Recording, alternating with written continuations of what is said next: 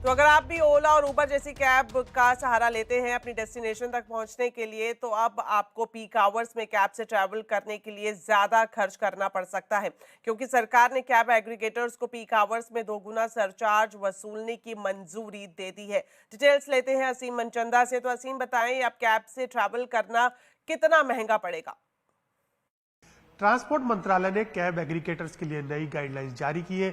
इन guidelines के मुताबिक cab aggregator अब पीक आवर्स के वक्त उपभोक्ता से 2 गुना सर्ज चार्ज वसूल सकते हैं। अब ये लिमिट 1.5 गुना तक थी, लेकिन अब जो ट्रांसपोर्ट मंत्रालय उसकी नई गाइडलाइंस में इसको 2 गुना कर दिया गया है। राज्यों को ये भी भेज दी गई है, एडवाइजरी भेज दी गई है। राज्य चाहे तो अपने यहाँ पर इसको इम्प्लीमेंट कर सकते हैं, लेकिन एक और जगह है जहां पर कि उपभोक्ता को थोड़ी सी राहत मिली है। आपने अक्सर देखा होगा कि जो कैब ड्राइवर है वो बुकिंग लेने के बाद बुकिंग कैंसिल कर देता था, लेकिन अगर वो ऐसा करता है तो उसके ऊपर जो आपका फेयर है उसकी 10% की पेनल्टी लगाई जाएगी। कैब एग्रीगेटर और जो ड्राइवर है उन दोनों को ये पेनल्टी शेयर करनी पड़ेगी। इसके साथ साथ एक और बड़ी राहत इस गाइडलाइंस के अंदर देखने को मिली है, खासतौर पर बाइक टैक्सी को लेकर के। अब जो निजी बाइक ड्राइवर है वो अपनी बाइक कैब एग्रीगेटर के जरिए जोड़ सकते हैं, और जो कैब एग्रीगेटर है उनको 1 महीने या 15 दिन की फीस लेकर के उसको चलने की मंजूरी दे सकता है। तो जिस तरह से कर्नाटक सरकार ने वहां पर अपने बाइक टैक्सी बंद की थी, तो एक ये पॉलिसी नई गाइडलाइंस लेकर के आएगी जिसके जरिए कि बाइक एग्रीगेटर्स पहले की तरह चलते रह सकते हैं। तो यहां पर उपभोक्ता को थोड़ी सी राहत मिली है, लेकिन अगर आप ऑफिस आवर के वक्त अगर आप ओला उबर यूज कर रहे हैं तो आपको वहां पर 2 गुना सरचार्ज चुकाना पड़ सकता है। शुक्रिया असीम इस पूरी जानकारी के लिए। भारत और अमेरिका के बीच ट्रेड डील जल्द हो सकती है। अमेरिकी राष्ट्रपति डोनाल्ड ट्रंप ने कहा है कि अमेरिका और भारत के बीच एक अलग तरह की डील हो सकती है। उन्होंने ये भी कहा कि अगर अमेरिका को भारत में प्रतिस्पर्धा का मौका मिला तो टैरिफ बहुत कम रखेंगे। I think we're going to have a deal with India, possibly, and that's going to be a different kind of a deal. It's going to be a deal where we're able to go in and compete. Right now, India doesn't accept anybody in. I think India is going to do that, and if they do that, we're going to have a deal for much less tariffs. एक और बड़ी खबर आपको बता दें, America में Trump सरकार ने टैक्स से जुड़े एक बिल को मंजूरी दे दी है। वन बिग ब्यूटीफुल बिल को सीनेट ने पास कर दिया है। अगर भारतीयों की नजर से देखें तो अमेरिका में रहने वाले भारतीयों को रेमिटेंस टैक्स के मोर्चे पर बड़ी राहत मिल गई है, लेकिन ट्रंप की इस पॉलिसी से एलन मस्क बेहद नाराज है। पूरी खबर जानते हैं लक्ष्मण रॉय से। तो लक्ष्मण जी, आपसे जानना चाहेंगे कि ये जो पॉलिसी है इसमें क्या खास है और एलन मस्क नाराज दिखाई दे रहे हैं? जी, दरअसल इस बिल को आप 3 हिस्से में देखिए। पहला हिस्सा जिसका लेना देना सीधे तौर पर भारतीयों से है, और दूसरा हिस्सा जो बेहद दिलचस्प है, जो हम आप जानते भी नहीं थे, वैसे वैसे बदलाव किए गए जो पहले टैक्स के प्रावधान थे, और तीसरा जो सबसे ज्यादा सुर्खियों में रहने वाला है वह है ट्रंप और एलन मस्क के बीच बढ़ती दुश्मनी को लेकर के। इसमें सबसे पहले भारतीयों की बात करें तो जो one big beautiful bill senate ने पास किया है, इसमें रेमिटेंस टैक्स जो 5% करने का प्रस्ताव था उसको हटा दिया गया है। अब ये कहा गया 5% नहीं, अब सिर्फ 1% रेमिटेंस टैक्स लगेगा। इसका मतलब ये हुआ कि जो भारतीय अमेरिका में रहते हैं वो अमेरिका में रह करके भारत में जब पैसा भेजते हैं, जो पैसे का रेमिटेंस होता है, तो उस पर 5% नहीं सिर्फ 1% टैक्स लगेगा। ये एक बड़ी राहत की बात है। दूसरी बात कि अवैध घुसपैठिये जो हैं अमेरिका में, उस अवैध घुसपैठियों पे अब खर्च ज्यादा करेगी अमेरिकी सरकार, और इस खर्च ज्यादा करने का मतलब ये हुआ कि अवैध घुसपैठिया बड़ी संख्या में वहां से निकाले जाएंगे। दूसरा हिस्सा जो बिल का वो बड़ी दिलचस्प है। हमें भी जानकर आश्चर्य हुआ कि होटल में जो टिप्स हम लोग देते हैं, अमेरिका में जो टिप्स हम लोग देंगे उस पर जो टिप्स दिया जाएगा वेटर को, वेटर पर उस टिप्स पर टैक्स लगता था। अब उस टैक्स को हटाने का फैसला लिया गया, यानी टिप्स पर टैक्स नहीं लगेगा। कर्मचारियों को ओवर टाइम जो मिलता था, ओवर टाइम पर टैक्स नहीं मिलेगा, टैक्स नहीं लगेगा। सोशल सिक्योरिटी के तौर पर जो आमदनी होती थी उस पर भी टैक्स लगता था, इसको भी खत्म कर लिया गया है। एक और बड़ा महत्वपूर्ण बात है कि वहां पे पॉपुलेशन बढ़ाने के लिए लोगों में ज्यादा इस बात की जागरूकता पैदा करने के लिए कि आप संतान पैदा करें, इसके लिए हर बच्चे पर $2200 यानी $2200 का टैक्स छूट दिया जाएगा। यानी एक बच्चे आपके हैं तो आपको जो टैक्स की देनदारी बनेगी उसमें $2200 की आपको छूट दी जाएगी। ये अपने आप में काफी महत्वपूर्ण है। लेकिन अब सवाल उठता है कि आखिर विवाद एलन मस्क से क्यों हो गया। दरअसल इस बिल में एक बड़ा प्रावधान ये किया गया है कि रिन्यूएबल और इलेक्ट्रिक कार पर टैक्स छूट खत्म कर दिया जाएगा, और इससे एलन मस्क के कारोबार पर असर पड़ेगा। लेकिन एलन मस्क अपने कारोबार का हवाला नहीं दे रहे हैं, वो हवाला दे रहे हैं कि इस बिल के जरिए जो डेट है वो डेट $4 बिलियन तक बढ़ जाएगा, इसकी सीलिंग बढ़ाई जा रही है। और नए बिल से $3 ट्रिलियन का अतिरिक्त खर्च होगा, जिससे अमेरिका की माली हालत काफी ज्यादा खस्ता हो जाएगी। और इस वजह से एलन मस्क इस बिल का विरोध कर रहे हैं। हालांकि एक और महत्वपूर्ण बात, जो ओबामा केयर जैसी स्कीम चालू की गई थी ना, उसमें एक बड़ी कटौती की गई है, जिससे माना जा रहा है कि अगले 5 साल में 1 करोड़ से ज्यादा अमेरिकी ओबामा केयर या फिर कहीं हेल्थ इंश्योरेंस है जिसको मेडिकेड कहते हैं, उससे बाहर हो जाएंगे। शुक्रिया लक्ष्मण जी इस पूरी जानकारी के लिए। तो भारत और अमेरिका के बीच एक मिनी ट्रेड डील पर चर्चा अंतिम दौर में है। इधर ट्रंप घरेलू मोर्चे पर अपने बिग ब्यूटीफुल बिल को लेकर घिर रहे हैं। इसी पर ही आज आवाज अड्डा में हम खास चर्चा करेंगे। ट्रंप का टेंट्रम जारी, ट्रेड डील की बारी शाम 7:57 पर जरूर देखिए। देश में सोशल सिक्योरिटी कवरेज को बढ़ाने के लिए श्रम मंत्रालय ने बड़ा कदम उठाया है। सूत्रों से मिल रही जानकारी के मुताबिक 22 देशों के साथ सोशल सिक्योरिटी एग्रीमेंट किया गया है, जिसके तहत विदेश में भारतीय कंपनी में नौकरी करने वाले लोगों का प्रोविडेंट फंड 3 साल तक देश में ही कटेगा। इसमें ब्रिटेन, नीदरलैंड समेत 22 देश शामिल हैं। ब्रिटेन ने हाल ही में इस पर अपनी सहमति दी है। साथ ही आपको बता दें कि अमेरिका के साथ ट्रेड एग्रीमेंट में भी सोशल सिक्योरिटी का प्रावधान भारत की ओर से शामिल किया गया है। कोरोना महामारी के दौरान लाखों लोगों ने अस्पताल में भर्ती होने के बजाय अपने घर पर ही इलाज कराया था और इसकी जायज वजह भी थी, लेकिन इसी ग्राउंड पर बीमा कंपनियों ने कवरेज देने से मना कर दिया था। ऐसे में लोगों को अब जाकर कंज्यूमर कोर्ट से न्याय मिला है। देखिए केतन जोशी की स्पेशल रिपोर्ट। पेशे से वकील सीके जोशी कोरोना के दौरान बीमार पड़े तो अस्पताल में जगह नहीं थी, इसलिए उन्होंने घर पर ही ट्रीटमेंट किया। इसमें 16,900 का खर्च आया। ओरिएंटल इंश्योरेंस का 5 लाख का बीमा ले रखा था तो क्लेम फाइल किया, लेकिन कंपनी ने क्लेम रिजेक्ट कर दी। इसी तरह शेयर बाजार से जुड़े जय शाह का क्लेम भी ओरिएंटल इंश्योरेंस ने खारिज कर दिया। ये लोग मामला कोर्ट में ले गए और अब जाकर सूद समेत पैसा मिला है। मुझे कोरोना हुआ था तो उस टाइम पे फिर रिपोर्ट निकलवाए थे। हॉस्पिटल में जगह नहीं थी तो होम क्वारंटाइन रह के 15 दिन सब दवाइयाँ किया था। और उसके बाद में ओरिएंटल इंश्योरेंस का 5 लाख का इंश्योरेंस था तो वो क्लेम किया था, लेकिन उन्होंने रिफ्यूज़ कर दिया। तो मुझे कंज्यूमर कोर्ट में मुकेश भाई के थ्रू फाइल करना पड़ा और उन्होंने एफर्ट करके इंटरेस्ट के साथ में 16,000 के सामने 23,000 इंटरेस्ट एक्सपेंस के साथ में पैसा दिलाए। ओरिएंटल इंश्योरेंस कंपनी थी और मैंने 87 से मैं उनका मेरा प्रीमियम भरता था। इवन दो इन लोगों ने मेरा क्लेम रिजेक्ट किया। मैं होम क्वारंटाइन में किया था, मैंने ट्रीटमेंट लिया था ये कोरोना का, फिर भी उन लोगों ने क्लेम रिजेक्ट किया। बाद में मैं कंज्यूमर कोर्ट में गया, वहाँ से मेरा एडवोकेट ने मुझे वो टोटल 3 साल केस मेरा चला और वो टोटल केस मुझे जिता लिया और टोटल 36,600 के सामने मेरा 56,800 मुझे मिला टोटल।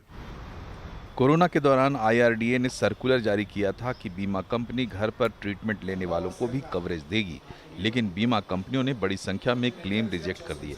वकीलों की राय है कि ऐसे लोग कंज्यूमर कोर्ट में केस दर्ज कर सकते हैं। पहले तो MD डॉक्टर का प्रिस्क्रिप्शन, दवाई के बिल, सारे ओरिजिनल डॉक्यूमेंट क्लेम फॉर्म के साथ सबमिट करना पड़ता है। और क्लेम प्रोसेस करने के बावजूद अगर बीमा कंपनी क्लेम के पैसे मेडिकल खर्चे के रिएम्बर्समेंट नहीं देती है तो वो कंज्यूमर कोर्ट में केस दाखिल कर सकते हैं। उनको चौकस अचूक न्याय मिलेगा। ज्यादातर लोग, खासकर जिनकी क्लेम की रकम छोटी थी, उन्होंने क्लेम रिजेक्शन को बर्दाश्त कर लिया। वो चाहें तो अभी भी कोर्ट जा सकते हैं। कोरोना के दौरान अगर आपने घर पर ट्रीटमेंट ली है और अभी तक क्लेम नहीं किया है तो सारे कागजात के साथ ग्राहक सुरक्षा कोर्ट में अपना केस दर्ज करवाइए। इंश्योरेंस कंपनी आपको मुआवजा देने के लिए बंधी हुई है। केतन जोशी, अहमदाबाद। कर्नाटक के हासन में हार्ट अटैक से हो रही मौतों को लेकर कोविड वैक्सीन पर सीएम सिद्धारमैया द्वारा लगाए गए आरोपों का स्वास्थ्य मंत्रालय ने खंडन किया है। सिद्धारमैया ने आरोप लगाया था कि कई इंटरनेशनल रिसर्च में हाल ही में यह संकेत मिला है कि कोविड की वैक्सीन हार्ट अटैक का कारण बन सकती है। सिद्धारमैया ने एक्स पर लिखा था कि क्या वैक्सीन को जल्दबाजी में मंजूरी देना इन मौतों की वजह हो सकती है। स्वास्थ्य मंत्रालय ने इस आरोप को खारिज किया है और साथ ही स्वास्थ्य मंत्रालय ने दावा भी किया है कि ICMR और एम्स की रिपोर्ट में ये साफ तौर पर कहा गया है कि कोविड वैक्सीन पूरी तरह से सेफ है और हार्ट अटैक से हो रही मौतों के पीछे दूसरी वजहें जैसे कि लाइफस्टाइल, आनुवांशिक कारण और पहले से मौजूद बीमारियां हैं। सरकार ने लोगों से अफवाहों से बचने और वैक्सीन पर भरोसा बनाए रखने की अपील भी की है। चलिए बात करते हैं शेयर बाजार की। आज बाजार में मुनाफा वसूली हावी रही। सेंसेक्स निफ्टी करीब 0.5% गिरावट के साथ बंद हुए। सेंसेक्स 288 पॉइंट गिरा तो वहीं निफ्टी 88 पॉइंट फिसल कर बंद हुआ। रिकॉर्ड एंट्री के बाद निफ्टी बैंक में भी गिरावट रही। Mid cap small cap shares में भी काफी प्रेशर्स दिखा। तो डिटेल्स दे रही है कंचन नौटियाल। तो हफ्ते का तीसरा कारोबारी दिन अगर आज के ट्रेडिंग सेशन की बात करी जाए तो मूड माहौल बाजार का हमें बेयरिश ही देखने को मिला है। बैंक निफ्टी की पर्टिकुलरली बात करी जाए तो इसने मार्केट को काफी ज्यादा ड्रैग डाउन किया है। इनफैक्ट आज तो मिड कैप और स्मॉल कैप में भी जो रैली है वो हमें कहीं ना कहीं गिरती हुई दिखाई दी है, जहां पे हमें पिछले कुछ ट्रेडिंग सेशन में दिख रहा था कि मिड कैप स्मॉल कैप संभालने की कोशिश करें, लेकिन आज यहाँ पे भी माहौल जो है वो काफी ज्यादा पस्त नजर आया। अब स्टॉक स्पेसिफिक एक्शन की बात करी जाए तो देखिए निफ्टी के बढ़ने वाले शेयर्स में टाटा स्टील यहाँ पे अच्छे खासे गेन्स हमें देखने को मिले हैं। इनफैक्ट पूरे ही मेटल में आज एक मोमेंटम बना हुआ था। JSW स्टील में भी करीब 3% की तेजी। एशियन पेंट्स की बात करी जाए तो 0.3% का इजाफा यहां पे और अल्ट्राटेक सीमेंट में करीबन 2% का इजाफा आज के ट्रेडिंग सेशन में देखने को मिला है। लूजिंग स्ट्रीक में बैंकिंग सेक्टर अव्वल नंबर पे रहा है। सबसे पहले अगर श्रीराम फाइनेंस की बात करी जाए तो यहां पे करीबन 3% की गिरावट देखने को मिली है। HDFC लाइफ यहां पे भी करीब 3% की गिरावट। इंडसइंड बैंक यहां पे खबरों के लिहाज से इसके बाद ये गिरावट आई है और बजाज फिनसर्व यानी कि बैंकिंग और फाइनेंशियल सर्विसेज में आज जो प्रेशर है वो बाउंड अप होता हुआ दिखाई दिया है। मिड कैप में देख लेते हैं एक बार। टाटा कम्युनिकेशन यहाँ पे करीब हमें 5% के गेन देखने को मिले। अपोलो टायर, इनफैक्ट पूरा ही जो टायर सेक्टर है आज काफी ज्यादा बजिंग था। इसमें करीबन 0.5% की तेजी। AB फैशन में अगर बात करें तो 4.5% का इजाफा यहाँ पे देखने को मिला और मैनकाइंड फार्मा की बात करी जाए तो 4.5% के गेन्स यहाँ पे भी आते हुए नजर आए हैं। लूजिंग पॉकेट की बात कर लेते हैं। फिनिक्स मिल्स में करीबन 3.5% की गिरावट आज के सत्र में देखी गई है। सुजलॉन एनर्जी की बात करी जाए तो यहाँ पे भी 3.5% की लूजिंग स्ट्रीक रही है। ट्यूब इन्वेस्टमेंट यहाँ पे भी 3.5% लगभग और हुडको की बात करी जाए तो करीब 3% की लूजिंग स्ट्रीक, यानी कि जो रियलिटी पैक है मिड कैप में हमें लूजिंग स्ट्रीक में जाता हुआ दिखाई दिया है। लेकिन जिस्ट ऑफ द स्टोरी अगर हम समझे तो बाजार में एक पेन आज के सत्र में देखा गया है। प्रधानमंत्री नरेंद्र मोदी ने आज से अपनी 5 देशों की यात्रा शुरू कर दी है। प्रधानमंत्री घाना के लिए निकलते हुए कहा कि अगले 5 दिन में वो घाना, ट्रिनिडाद और टोबैगो, अर्जेंटीना, ब्राजील और नाम्बिया जाएंगे। प्रधानमंत्री इन देशों में कई द्विपक्षीय और बहुपक्षीय कार्यक्रमों में हिस्सा लेंगे। उन्होंने उम्मीद जताई कि 5 देशों की यात्रा से ग्लोबल साउथ के साथ भारत के रिश्तों में मजबूती आएगी। अटलांटिक के दोनों तरफ के देशों के बीच सहयोग बढ़ेगा। साथ ही ब्रिक्स, अफ्रीकन यूनियन जैसे बहुपक्षीय संगठनों में मजबूती आएगी। आपको बता दें, घाना प्रधानमंत्री मोदी का पहला पड़ाव है, जहां वो स्थानीय संसद को भी संबोधित करेंगे। इसके बाद वो अर्जेंटीना की राजधानी ब्यूनस आयर्स जाएंगे और इसके बाद ब्राजील में 6 और 7 जुलाई को ब्रिक्स समिट में हिस्सा लेंगे और फिर वहां से नाम्बिया होते हुए प्रधानमंत्री 9 जुलाई को भारत वापस लौटेंगे। चलिए वक्त एक छोटे से ब्रेक का है। ब्रेक के बाद आपको बताएंगे देश में मॉनसून की स्थिति। आप देखते रहिए आवाज समाचार।